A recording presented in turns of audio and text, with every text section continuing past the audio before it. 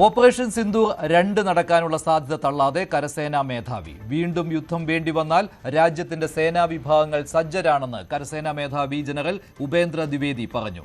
ഇപ്പോൾ പാകിസ്ഥാനുമായുള്ള ശത്രുതയ്ക്ക് താൽക്കാലിക വിരാമമുണ്ട്. അടിയന്തര സാഹചര്യത്തെ നേരിടാൻ 3 സേനാ വിഭാഗങ്ങളും കൂടുതൽ തയ്യാറെടുക്കുകയാണെന്നും അദ്ദേഹം വ്യക്തമാക്കുകയുണ്ടായി.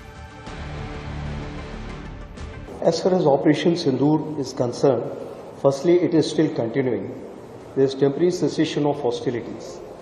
So the Indian Army or all the 3 services are preparing well for Operation Sindoor 2.0 if it takes place.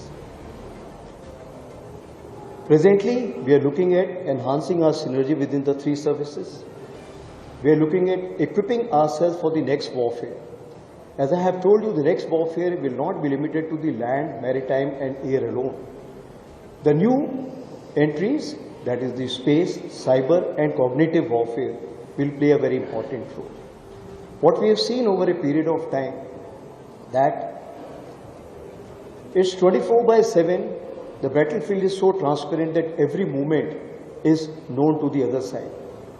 Therefore, we have to be very cautious in terms of our deployment, in terms of our employment and the protection which is required to protect our troops as well as the civilians in the border areas. As regards the information warfare, what has been brought out, victory is always in the mind, it's not on ground. Therefore, the information warfare is only successful if the whole of nation gets together and trusts the people who are giving the information. And if that happens, I can assure you that the nation which trusts each other and all these stakeholders will always win the war. കൂടുതൽ വിവരങ്ങളുമായി TG Sajith ചേരുകയാണ് news ഡെസ്കിൽ നിന്ന്. സജിത്ത്, ഈ operation സിന്ദൂരിന്റെ അവസാന സമയത്തും പറഞ്ഞിരുന്നത് operation Sindoor അവസാനിച്ചിട്ടില്ല എന്ന് തന്നെയായിരുന്നു. പക്ഷേ ഇപ്പോൾ അടിയന്തരമായിട്ടൊരു സാഹചര്യം പാകിസ്ഥാനെതിരെ ഓപ്പറേഷൻ സിന്ദൂർ പുനരാരംഭിക്കാൻ ഉണ്ട് എന്ന് കരുതാനാവില്ലല്ലോ അദ്ദേഹത്തിന്റെ വാക്കുകൾ കേൾക്കുമ്പോൾ. തീർച്ചയായിട്ടും മഞ്ജുഷ, അങ്ങനെ തന്നെയാണ്. പെട്ടെന്നൊരു സൈനിക നീക്കം ഉണ്ടാകുമെന്നോ എന്തെങ്കിലും ഒരു സൈനിക നീക്കം നടത്താൻ പോകുന്നു എന്ന സൂചനയൊന്നും അദ്ദേഹത്തിൻ്റെ വാക്കുകളില്ല. പക്ഷേ അദ്ദേഹം പറയുന്ന ഒരു കാര്യം, ഓപ്പറേഷൻ സിന്ദൂർ 2.0യ്ക്കുള്ള സാധ്യത തള്ളുന്നില്ല എന്നതാണ് പ്രധാനപ്പെട്ട കാര്യം. അതിർത്തിയിലെ സാഹചര്യങ്ങൾ എപ്പോഴും നിരീക്ഷിക്കുകയാണ്. ശത്രു രാജ്യവുമായുള്ള സംഘർഷം ഇപ്പോൾ ലഘൂകരിക്കപ്പെട്ടിരിക്കുന്നു. അവിടെ തൽക്കാലം പ്രശ്നങ്ങളൊന്നുമില്ല. പക്ഷേ അതിർത്തിയിലെ ഏത് സാഹചര്യത്തെയും നേരിടാൻ രാജ്യം സജ്ജമാണ്, സേനാ വിഭാഗങ്ങൾ സജ്ജമാണ്.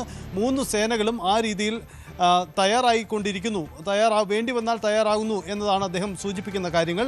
ഓപ്പറേഷൻ സിന്ദൂറിൻ്റെ പുതിയൊരു പോർമുഖം തുറന്നു എന്ന സൂചനകളൊന്നും അദ്ദേഹത്തിൻ്റെ വാക്കുകളിലില്ല. പക്ഷേ അദ്ദേഹം പങ്കുവയ്ക്കുന്ന ഒരു കാര്യമുണ്ട്, അതിർത്തിയിലെ സാഹചര്യങ്ങൾ സങ്കീർണമാണ്. പ്രത്യേകിച്ച് ആധുനിക യുദ്ധരീതികൾ കടന്നു വന്നതോടുകൂടി അതിർത്തിയിൽ എന്തുണ്ടായാലും അത് ശത്രു രാജ്യവും നിരീക്ഷിക്കുന്ന സാഹചര്യമുണ്ട്. അതുകൊണ്ട് അത് വളരെ ജാഗ്രതയോടുകൂടി തന്നെയാണ് രാജ്യത്തിൻ്റെ മുന്നോട്ട് പോക്ക്. നമ്മുടെ സേനാ വിഭാഗങ്ങളെയും ഒപ്പം തന്നെ പൗരന്മാരെ ഒരേപോലെ സുരക്ഷിതരാക്കാനുള്ള ഉത്തരവാദിത്തമുണ്ട്. അതുകൊണ്ട് ആ രീതിയിൽ, ആ ജാഗ്രതയിൽ മുന്നോട്ട് പോകുന്നു എന്നാണ് ഒരു ചോദ്യത്തിൻ്റെ ഉത്തരമായി അദ്ദേഹം ഇന്ന് പ്രതികരിച്ചത്. ശരി, TG സജിത്താണ് വിവരങ്ങൾ.